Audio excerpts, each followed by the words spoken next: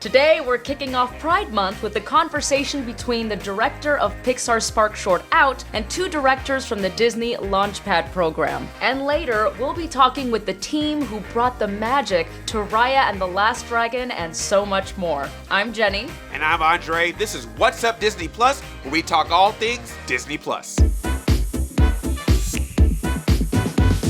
I'm Steve Hunter. I'm the director of Out. Hi, I'm Moxie Peng, the director of Disney Plus Launchpad live-action short film, The Little Princess. And I'm Anne-Marie Pace. I'm the director of the Disney Plus Launchpad short, Growing Fangs. So you made Out through the Spark Shorts program. What was that program like? The Spark Short program was set up a few years back in order to find new diverse talent outside the usual stories stream of production at Pixar. What about you guys with the Launchpad? Launchpad is a program that is designed to uplift underrepresented filmmakers to tell their stories in authentic ways. It's just a really precious program that have so much support from our collaborators to our mentors. I learned a lot making my short. What was the biggest thing you guys learned? The Launchpad program was really encouraging of us hiring diverse people from top to bottom, cast and crew. And so I got to bring on two creative producers who are also Mexican-American and queer. And I think having that creative force of people who understood the story so personally was really beautiful and empowering. Part of my journey and one important lesson was also constantly questioning the choices I make of story and what kind of ending we should have. As a director, your job is to make those choices and you can get lost.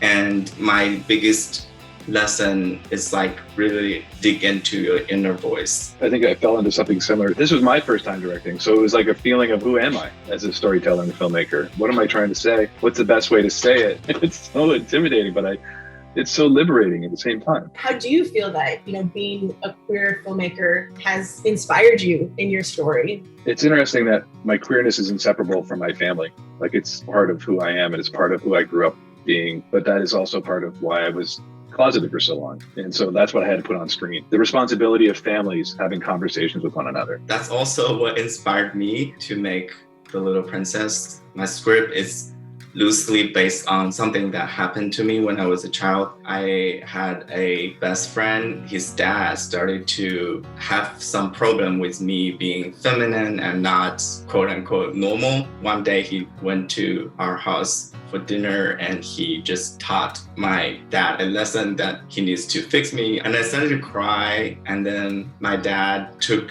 on my side and he really stood up for me and told the guy that he loves me for who I am. And it's that freedom that conversation gave me, that my dad gave me, that was precious. I'm tearing up hearing that, because we need more heroes like your father. Yeah, thank you. What is the inspiration behind your show? My short's about a 15-year-old girl named Val who's half human and half vampire. And I wrote it because I'm Mexican-American and bisexual. And growing up, I struggled a lot with feeling in between those identities. And I think it's something common for a lot of us, both in the queer community and just, culturally. The truth is I'm Mexican and I'm not, half straight, half gay. I'm bisexual. And those are my holes and they make me whole. That's beautiful. And you did it beautifully and so funny.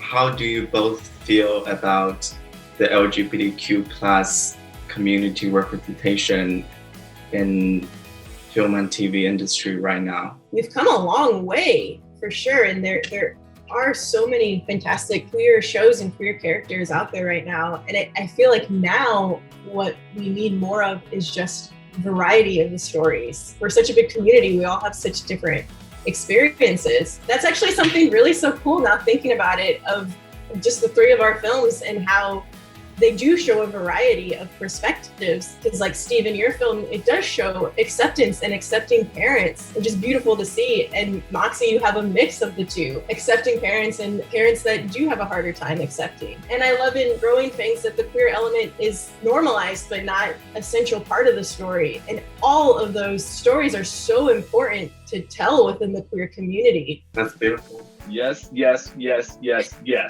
That's all I gotta say.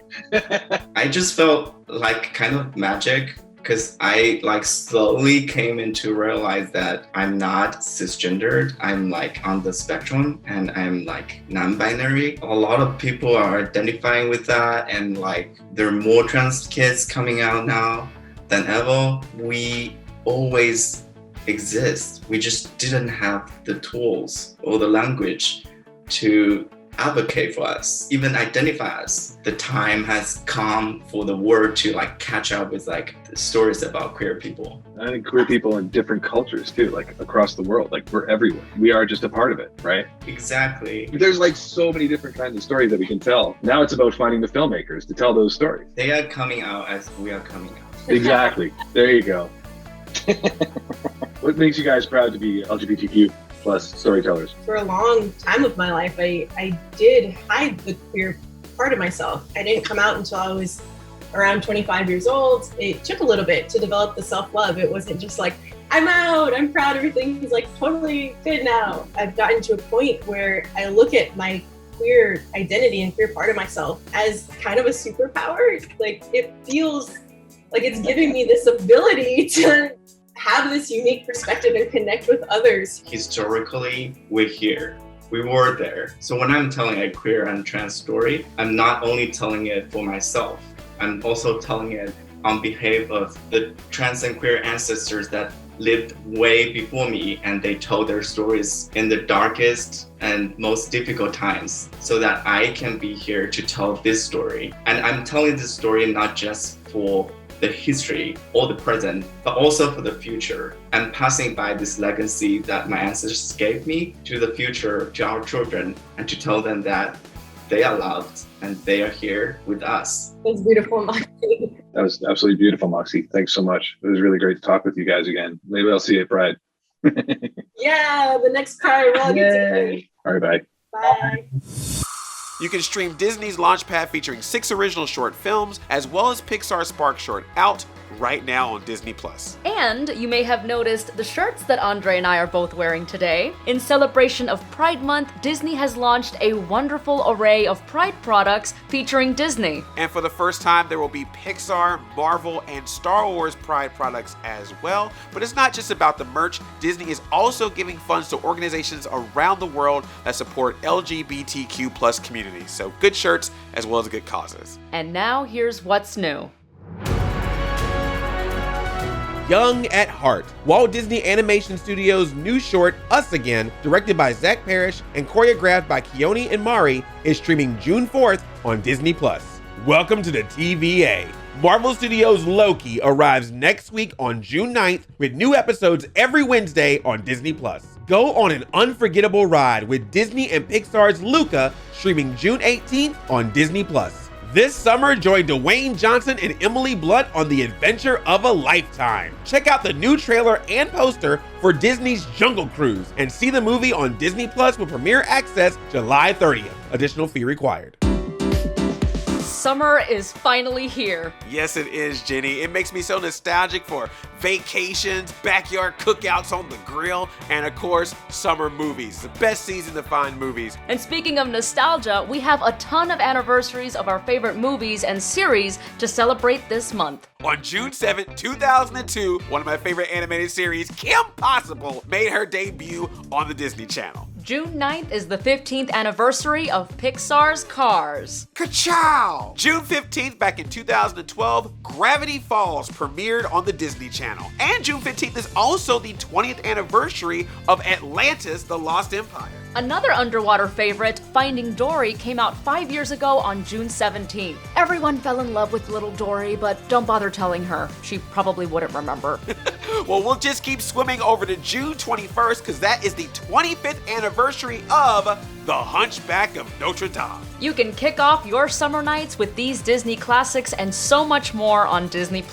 And be sure to follow Disney Plus on Instagram and Twitter for more summer night fun.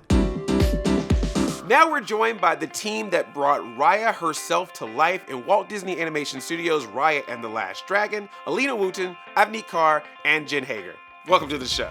Thank you for having us. Thank you for having us. Good to be here. So Raya is obviously an awesome new character in the Disney library, an amazing warrior. So what were your individual roles in designing Raya? I was character modeling supervisor. We work with the 2D designer and translate that to the 3D realm. Then we kind of set the foundation for all the other departments to build upon. I was the character simulation supervisor. My team was responsible for simulation setups, for authoring cloth and hair movement, or as we call performances, for all the characters in the film. And I was one of the animation supervisors, and Raya was my character. We work with the character with the other departments before shot production, and then we work with the animators and the directors to just make sure the character is on model, that the design is staying the same the whole time. Wow, it's so amazing. Like, have so many different people work together to create one character and have to keep that character the same the entire time. When it comes to who Raya is, who is the initial designer of, like, this is what her face looks like, this is her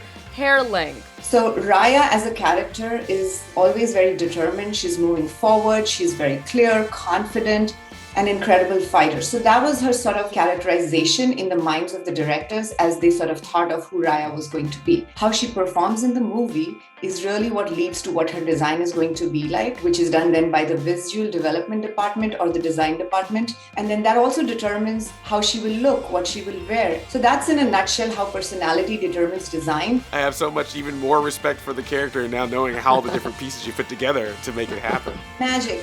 Yeah, it's all magic. Can you talk to us about the process and the role of authenticity when creating a movie like this? The film is inspired, as we know, by the cultures and the people of Southeast Asia, which is not a single place. It consists of many different countries and many different regions. The filmmakers worked with Raya's Southeast Asian Story Trust, which was an external trust consisting of expert consultants from that part of the world. And they also worked with many of our own artists within the studio that come from that part of the world. On the animation side of it, we had to work a lot more with just like how specific things are done. Like, how do you take off your shoes? How do you offer a gift to somebody? It was like a really exciting learning experience for me. I got to kind of immerse myself in this culture that I didn't know very much about. One of the big things for us in animation was just like the use of the right and the left hand. If you offered something to somebody else, like food or a gift, you had to either offer it with both hands or just the right hand. And it's interesting when you get into a movie because there's a lot of shots that are set up where you have to use a specific hand because the shot is designed that way. And so we'd have to kind of redesign things sometimes to make sure we were being like culturally appropriate. You can't point either. Like pointing is a no-no. And animators love to point. So there's just a lot of times where like we can't point there. So we'd have to, do other things, other gestures. We even went to the detail of adding tear ducts and the eyes to really accentuate how the eyes were, and adding monolids. That was a new thing that we presented in our models to show the variety. I cannot tell you how much research went into clothing and costuming and hairstyling was such an important and integral part of this film. We have never tailored clothing like that in any CG film whatsoever. We did a lot of hands-on experiments with how these garments are tied in the real world, because believe it or not, most of these garments are constructed from single rectangular panels. There is no stitching involved. There is no seams, which is typically what helps hold your structure of your t-shirt or skirt together. So now you are wrapping rectangular single panels of cloth all around the body. We have an amazing set of technical and artistic folks at our studio and my team, and they were able to tailor garments like this, and you can see how gorgeous Raya looks. I have to nerd out a little bit about the clothing because it is so amazing on this movie. Thank you. So as three women yourselves, how does it feel to bring such a strong female warrior to the screen? Making these characters, you become so attached to them. I loved Raya for the strong features that she had on the outside, but on the inside, she had soft features. Being a woman and being able to convey that in this amazing character in this amazing film, it was incredible. For me personally, it was wonderful to see my little girls finally being able to relate to a hero on screen who looked just like them. That's very special. I love that she was an adventurer and she's a martial artist. I kind of related to that a lot because when I was a kid, I just wanted to be an animator. If I can compare being an animator to being a guardian of the dragon. But I love this character, and I have to relate to what Alina was saying, where you really almost get to know them like a friend, or like you know them so well. And I think the last thing that I worked on with her, you know, I got emotional, and I was like, man, I'm gonna close this shot, and I'm never gonna work on Raya again. And I said goodbye, Raya. It's like click on the button, and I was like, what's that about?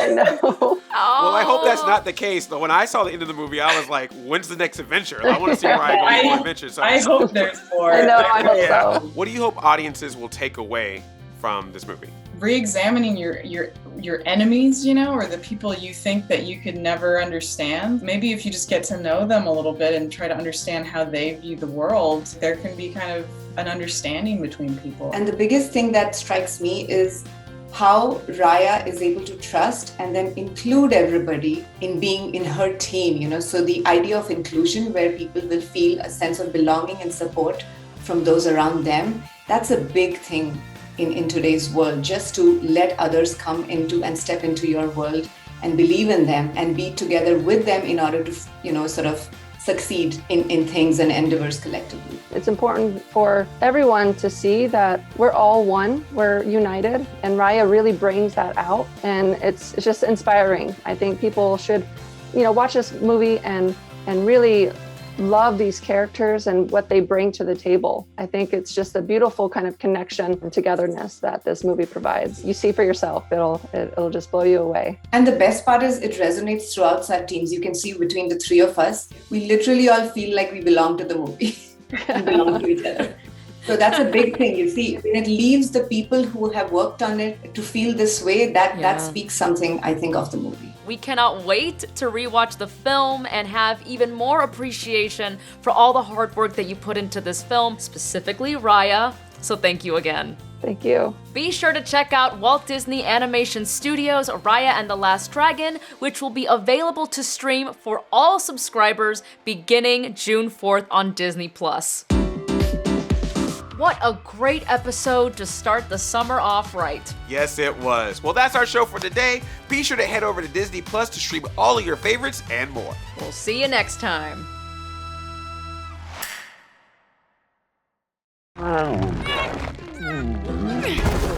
You're getting a little too big for this, bud.